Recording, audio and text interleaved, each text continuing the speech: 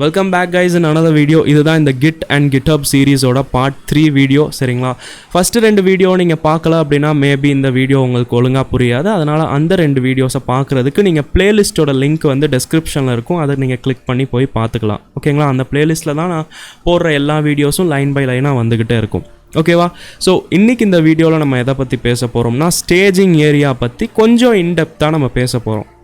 சரிங்களா? ஏன்னா லாஸ்ட் வீடியோவில் நான் லைட்டாக ஓவரால் தான் சொல்லியிருந்தேன். லைட்டாக இன்றைக்கி ஸ்டேஜிங் ஏரியா பற்றி இன்டெப்த்தாக பேசிட்டோம்னா உங்களுக்கு நிறைய கான்செப்ட்ஸ் கிளியர் ஆயிரும். So without wasting time let's get started.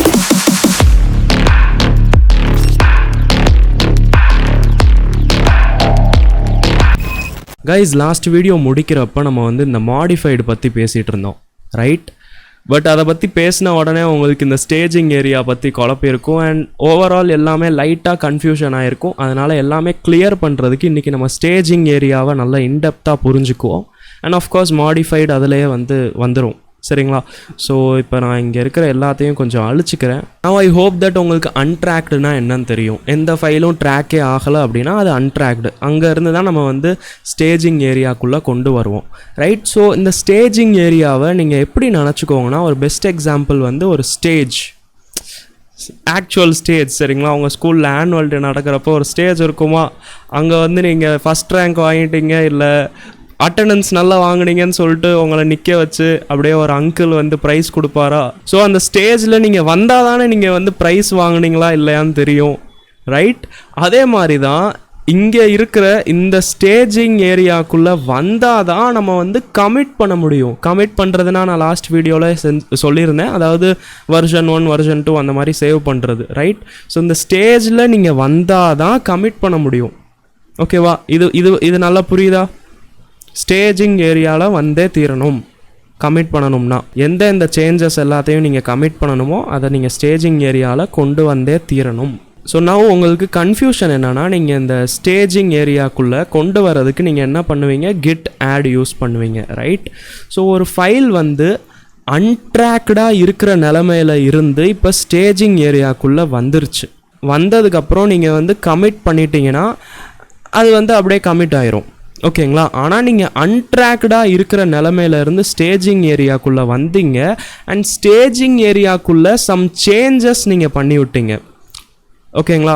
இப்போ நான் உங்களுக்கு செஞ்சே காமிக்கிறேன். ஸோ உங்களுக்கு புரிய வைக்கிறதுக்காக நான் வந்து ஒரு டெஸ்ட்டு அப்படின்னு சொல்லிட்டு ஒரு ஃபோல்டர் உருவாக்கிட்டேன். அது ஒரு எம்டி ஃபோல்டர் தான்.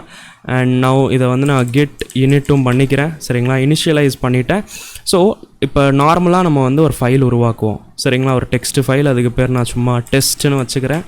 டெஸ்ட்டில் வந்து இப்போ நான் என்ன பண்ண போகிறேன்னா பிஃபோர் ஸ்டேஜிங் அப்படின்னு நான் எழுதிக்கிறேன். ஓகேங்களா? ஸோ இந்த சேஞ்சஸ் வந்து இப்போ நம்ம பண்ணியிருக்கோம்னா இது ஸ்டேஜிங்க்கு முன்னாடி பண்ணியிருக்கோம், கரெக்டாக? நம்ம இன்னும் அன்ட்ராக்டில் தான் இருக்கோம், கரெக்டாக? எஸ், இருக்கும். எதுக்கும் நம்ம பார்த்துக்குவோம். இங்கே கிட் ஸ்டேட்டஸ் போட்டு எஸ் பாருங்கள், அன்ட்ராக்டு ஃபைல்ஸ்ன்னு போட்டு நம்மளுக்கு காமிக்குது, ரைட்? So very nice. இப்போ நம்ம என்ன பண்ணுவோம்னா இதை ஸ்டேஜிங் பண்ணிடுவோம். சரிங்களா? கிட் ஆட் டாட் அப்படின்னு போட்டோம்னா இது ஸ்டேஜிங் ஏரியாவில் போயிடும், கரெக்டாக? Very nice. ஸோ இது வந்து இப்போ ஸ்டேஜிங் ஏரியாவில் இருக்குது. ஸ்டேஜிங் ஏரியாவில் வந்ததுக்கப்புறம் நான் வந்து இன்சைடு ஸ்டேஜிங் ஏரியான்னு நான் போட்டுக்கிறேன். சரிங்களா? போட்டுக்கிறேன். ஓகேவா? இப்போ நான் உங்கள்கிட்ட என்ன கேட்குறேன்னா, இங்கே நம்ம கிட்டு ஸ்டேட்டஸ்ன்னு போடுவோம். போட்டோன்னே நம்மளுக்கு என்ன காமிக்கும்னா இது வந்து மாடிஃபைடுன்னு காமிக்கும். ஸோ இப்போ உங்கள்கிட்ட நான் என்ன கேட்குறேன்னா, நீங்கள் என்ன நினைக்கிறீங்க, எது வந்து கமிட் பண்ணுறப்ப கமிட் ஆகும்? இங்கே மேலே ஒன்று கொடுத்துருக்காங்க, க்ரீன் கலரில் போட்டுட்டு நான் ஹிண்ட்டு கொடுக்குறேன். சரிங்களா?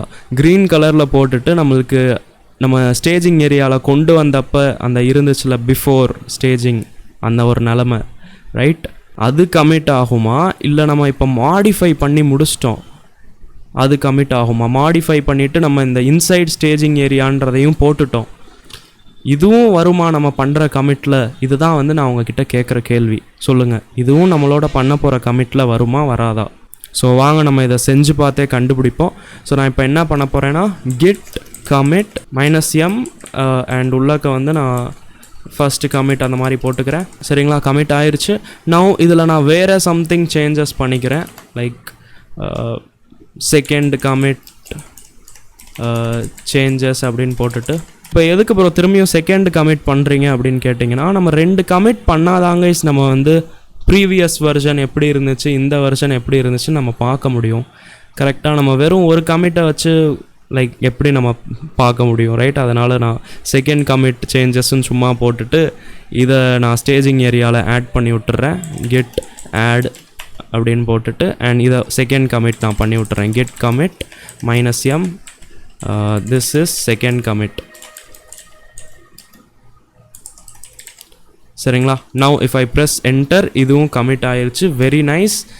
இப்போ நம்ம வந்து ப்ரீவியஸ் கமிட் போய் பார்ப்போம். நான் கேட்குற கேள்வி சொல்லுங்கள் ஆன்சர்.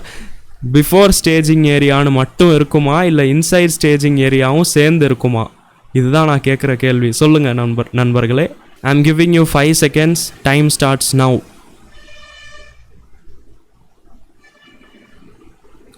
அவ்வளோதான் guys, time is up. So answer என்னன்னா கைஸ், இந்த பிஃபோர் ஸ்டேஜிங் மட்டும்தான் வரும்.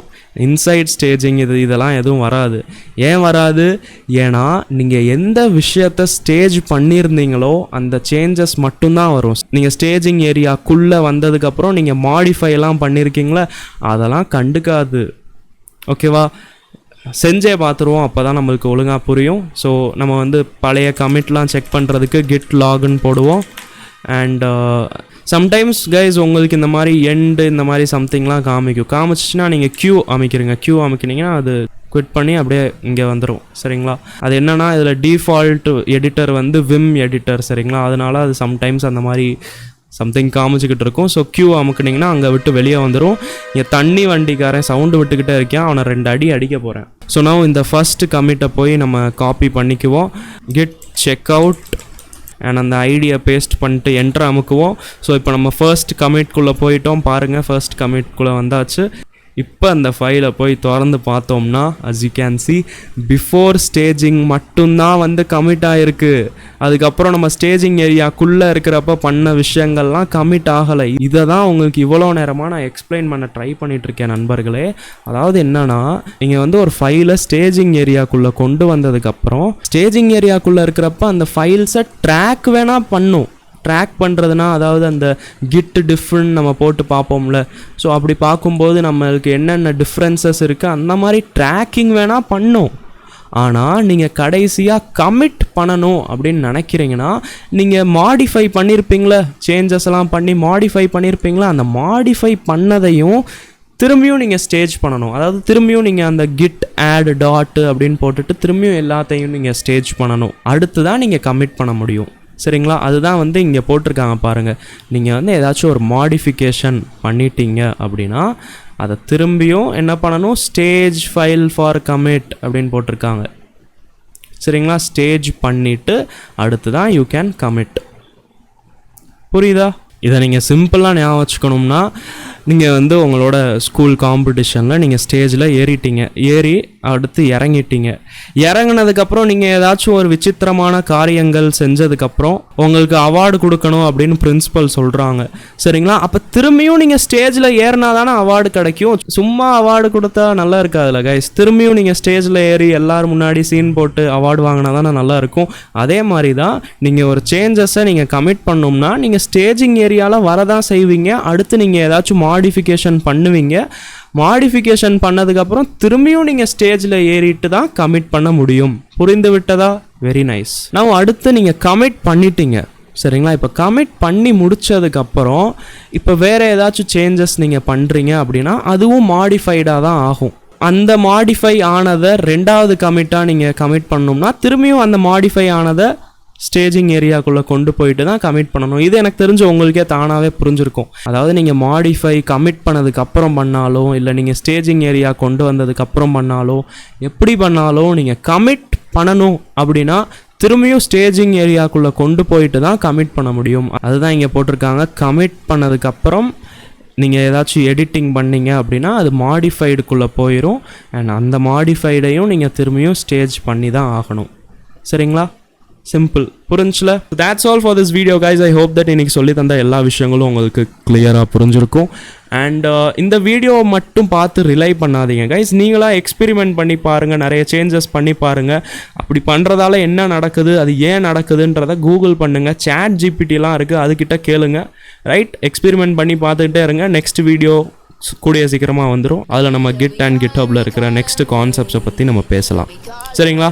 ஸோ தேங்க்ஸ் ஃபார் வாட்சிங் திஸ் வீடியோ. நான் உங்களை அடுத்த வீடியோவில் பார்க்குறேன். அப் டு தட் நான் எப்பவும் சொல்கிற மாதிரி keep learning, keep practicing and keep watching Coding Anna.